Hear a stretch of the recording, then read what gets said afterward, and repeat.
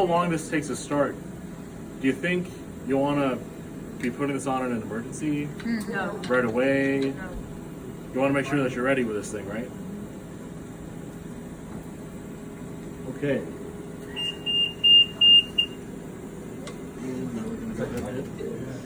Start. You said it needs 2 power sources or 2? It needs 2 air lines. And there's an O2 blender here, which takes one of the air lines. Okay. And then the top one is to keep the top cool. Yeah. This thing will overheat. Oscillation stopped. Because you're not hooked up to anything. How old are those? Old enough. They just had their 5th birthday. Stop it.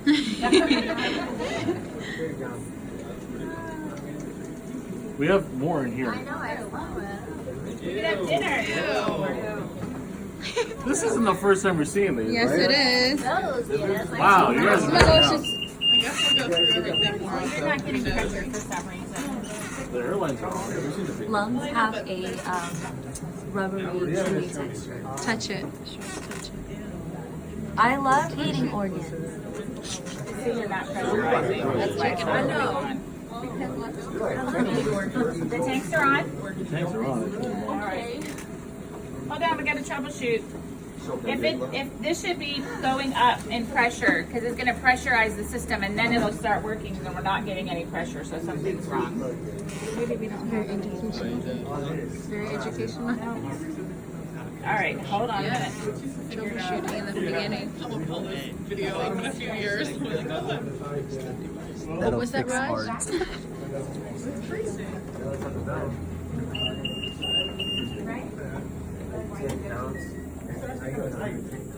I like the margins, but they're like. All right. Yeah, I don't need to worry about that.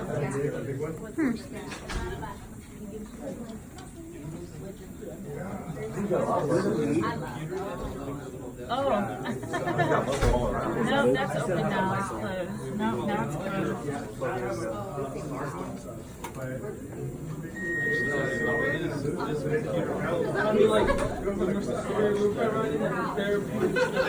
There you go.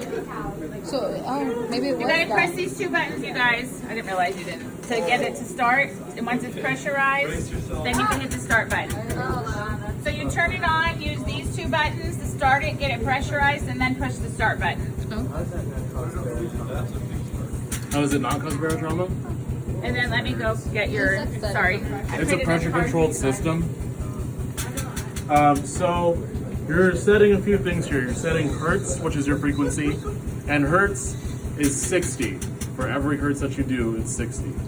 So at 5 hertz, I'm doing 300 breaths a minute, 300 oscillations. There's still 2. It'll do that. There's still 2 distinct phases. As you can see, it's still deflating slightly here and then inflating again despite the oscillations. They can still have spontaneous breaths on the oscillator. You can also adjust the power here, which will adjust the amplitude. Amplitude is like your tidal volume, and you monitor that by monitoring your MAP, airway resistance here. So for example, I turn this up. You can see that the oscillations are much more severe. I turn this down. They get teeny tiny. This, yeah. This is the adult version of the ventilator. The one with the baby, the one with the baby blue strip here on the bottom is for infants, because you will see these on neonates. So the point of using this is The point of using this is alveolar. to like go past all of the liquid and like Yeah. that. Yeah. And it also supposedly helps to mobilize things, move it around, so that you have an easier time ventilating. So what is VDR doing? This one. What's the difference between this and VDR? VDR, listen up guys, here's the difference between VDR and the Hfov. The Hfov still uses the same basic ventilatory principles as a conventional ventilator. It's just adding on oscillations to get more CO2 off and ventilate properly. Whereas a VDR uses a helix flow. So basically what's happening is that the air that you're inputting is so fine and it's stacked just so that the laminar flow will go all the way down to the lung and allow backflow in a helical pattern all the way up and out. So you're exhaling and inhaling at the same time. I can draw it on the board. Is that why it's like it's going up? Well, that's not this thing. VDR. That's VDR. Oh, okay. Yeah. So the VDR is crazy because a lot of times there's a BiPAP version of the VDR. The person that tried it, it's not approved yet, but the person that tried it, the creator, there's a video of him like sitting there for like 2 minutes without taking a single breath because he's offloading CO2 and his chemoreceptors don't detect that he needs to breathe because he doesn't. So he has no visible inspiratory-expiratory pattern despite doing both at a constant rate at the same time. It ventilates, it oxygenates. I don't see a problem with it. That's why a lot of hospitals use VDR. The VDR will also oscillate, but the purpose of that oscillation is to help clear secretions. If you see a VDR, it's really effective at secretion clearance, mucus mobilization, just because of the actual vibration of the machine, kind of like a catheter. And the helical backflow will actually help bring up secretions as well, because when it hits the distal parts of the lungs and starts coming back, it kind of drags along mucus with it while still allowing that middle flow all the way down to the lungs. So if this is your amplitude, which controls how much air/pressure you're giving, and if this is your frequency, what do these control? Ventilation. And therefore, if you have an acidotic problem, which settings are you going to adjust? These two, right? You're going to adjust your frequency and your power. And why is inspiratory time in percent and not in seconds? Older version. If you're doing oscillations at 300 per minute,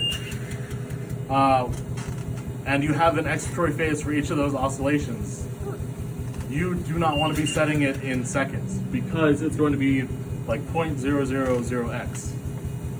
And if you're changing it on the fly, it's going to be much more severe than if you're just changing it on a ventilator and you just left it at whatever it was. Oh, you can still work with the inspiratory time there, but the inspiratory time on here has to be adjustable. So if I kick this up, if I kick that up to 14, it's still got an appropriate inspiratory time because it's percentage, right? I'm gonna jiggle them off the table. I'm holding it. Do they ever break straight? What? Lungs? No. Can you make them break? No, Oh, we yeah. don't have pig lung exploding everywhere. It's crazy.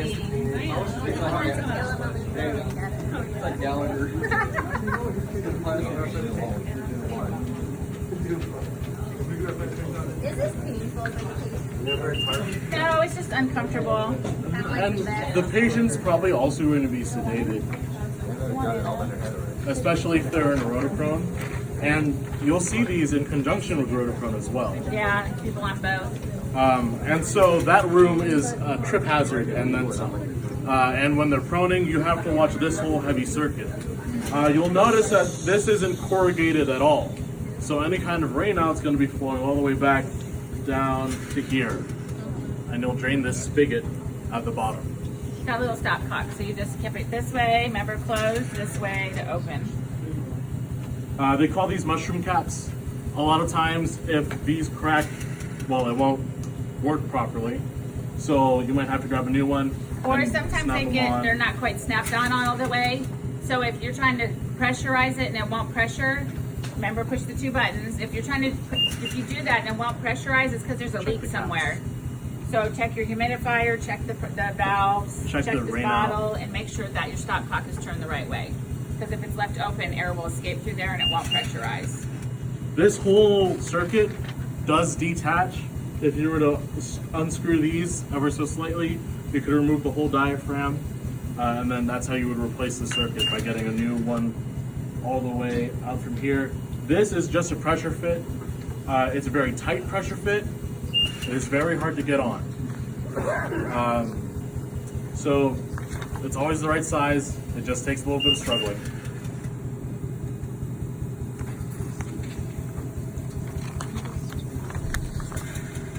Okay. This shows you the position of your diaphragm. You ideally want it to be in the middle here. I've seen other oscillators that have a very easy adjustment knob right under this, where you can actually change where it's oscillating to. So if it's in the center here, then it will properly, sorry, It's okay. that's where it should be to work properly. If it's all the way over here, it's more towards the machine, and if it's all the way out here, it's more towards the circuit, and your pressures will be off by a significant amount. So the paper that I gave you is like a little quick reference guide on setting it up. Bias flow, where the typical range is 25 to 40, and then this is used to adjust your mean airway pressure, which generally is going to be 5 above the pressure you were on the conventional vent, or 5 above the plateau. That's where we would put the mean airway pressure.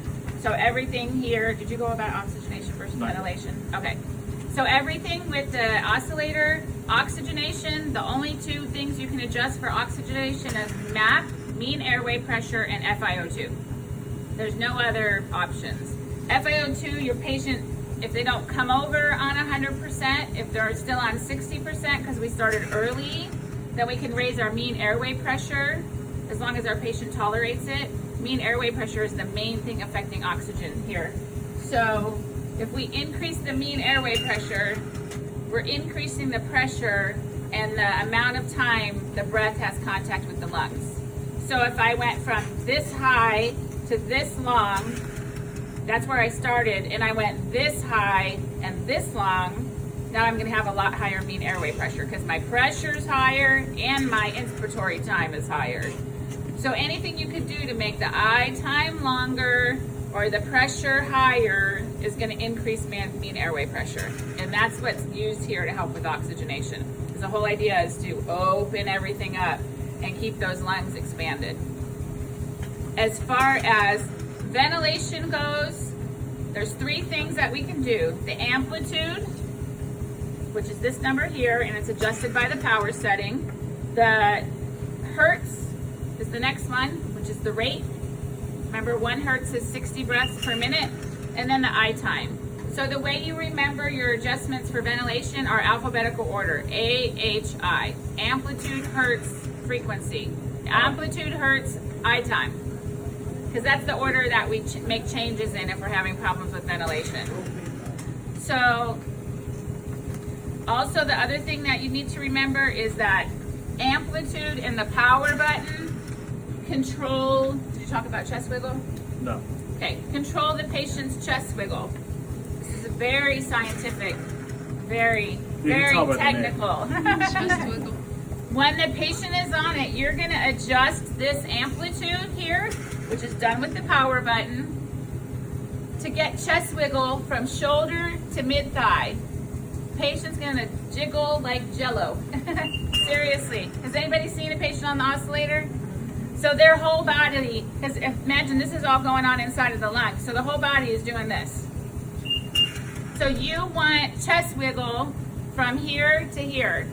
If you only have wiggle to here, you need more amplitude. If you're wiggling too far, you need to turn it down. So this, and then when we get our x-ray, we want to see that our lungs are expanded to 9 to 10 ribs as opposed to 8 to 9. So if you have a patient whose chest wiggle is all the way down to their mid-thigh, but their lungs aren't expanded enough, what are you going to do? Increase it. Good. Yep. So that's going to control that. Of course, we already talked about this. That's the frequency. And then the I time. So if your ABGs and your CO2 is not where you want it to be, so you're trying to adjust ventilation, remember that you can allow for a high CO2 here. Remember, that's permissive hypercapnia, and we're okay with that. But if it gets to be too bad, if your pH is below 7.2, that is absolutely unacceptable. So if you're trying to get your CO2 down, you're going to adjust your amplitude first, and you're going to go up on it. So if you're thinking about, this is the oscillator working like this, when I increase my amplitude, I'm doing this. I'm making it stronger, more force, which is going to displace more volume, which is going to decrease your CO2. Okay? The next step, if that still doesn't work, you can go to about 40 on the amplitude. If that doesn't work, we're going to go to the hertz, which is the respiratory rate. So you have to remember that on the oscillator, it's opposite of what we do on regular ventilation. If my CO2 is high, I'm going to bring my rate down. Think of this in your mind. I'm going like this. Now all of a sudden I'm going like this. What's going to give me more volume? A lower rate on the oscillator, because you're allowing then for more volume. So instead of like this, I'm going like this because I have a smaller rate. So to bring down CO2, opposite of conventional ventilation, we're going to go down on the rate. The next thing, if you're still CO2 is too high, you're going to go up on the I time to 50%. And then last but not least, if your CO2 is still high, you're going to, and it tells you this all is on here, but make sure you remember the order: amplitude, hertz, I time. Last but not least, let's say we have a patient on the oscillator, they're really, really doing poorly. No matter what you do, you can't get the CO2 down enough to get your pH at 7.2. What they do is they take a small amount of air out of the cuff. Remember, exhalation is passive or active on this? What about for us? Is exhalation active or passive? Passive. On this, it's active because you got that piston in and out, in and out. So one last thing we do to try to bring the CO2 down is note what your mean airway pressure is. So right now it's at 40, which is crazy high. But anyways, that's what we're doing. So we're gonna drop it, we're gonna pull air out of the cuff until it gets to 5 below where it's at. So in this instance, it's a 40 to 42. I would probably want it maybe 37, 36, something like that. So you pull air out of the cuff because we're creating a leak. We're gonna cause a drop in mean airway pressure. So pull air out till you get a drop of 5. By deflating the cuff a little bit, we're gonna allow some CO2 to naturally go out. But you have to offset now. So I took air out of a cuff, and now I'm gonna need to increase my bias flow to get my mean airway pressure to where it was before. It's kind of the same concept when you have a trach that's leaking really bad and you keep losing all your volume. You go up in your tidal volume to compensate it for it. Here we're going to create a natural leak through our endotracheal tube cuff. So we're going to lose some mean airway pressure, and we're going to compensate for it to bring the mean airway pressure back to where it was by increasing the flow. So 5 out, pull air out till the mean airway pressure drops by 5. Then use the bias flow to get my mean airway pressure back to where it was. That's kind of like the last thing. And then FiO2, I already told you. Depending on what your FiO2 is, if you can't go up anymore in mean airway pressure, then you're going to have to go up on your FiO2 if you're not already at 100%. Going back to conventional ventilation, when you can get your mean airway pressure down to less than 30, I think it's less than 30. Let me double check. Oh no. Actually, this doesn't say. So same principle applies from the fact of you want to bring your FiO2 down first.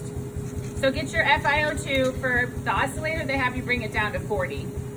Then start decreasing your mean airway pressure in increments of 1 to 2 to make sure your patient tolerates it. I thought we wanted it less than 30, but I'll double check. Once you get it, the FiO2 less than 40, mean airway less than 30, then you can switch it back to the regular ventilator on pressure control. then go from there. So you'll need to know how to change settings, and part of the lab activity we have for you tomorrow is to learn how to change settings with some real examples. And then I would encourage everybody to come over here, look at how it's put together. Just take it apart if you want, put it back together again so you're just kind of familiar with it. Okay? These circuits are really heavy. So what do you need to be careful of? Tube placement, right? Especially with the littles. Because this is the same kind of circuit that they use for the neonate. And it's this heavy. So if it's not supported or it slips off its support, it's yanking that tube right out. Nothing stopped it. So, and even in adults too, especially when you're proning, this is what you really need to be Come careful. see something cool, Miss Preston. Pig lungs. No, it's not bleeding. No, come look. Blow it up. Is that real? Yes. It's pig lungs. I just came in for a key. For a key? It's under the lungs. I It's think not it's a this lung. one. She's going back to the library. So do we see how much larger the lungs are now compared to when we started? Recruitment Yep. in action. All right. What time is it? Break time. Break time. Let's take 5, and then we need to show them the bi-level real quick over on the servo. So you want to just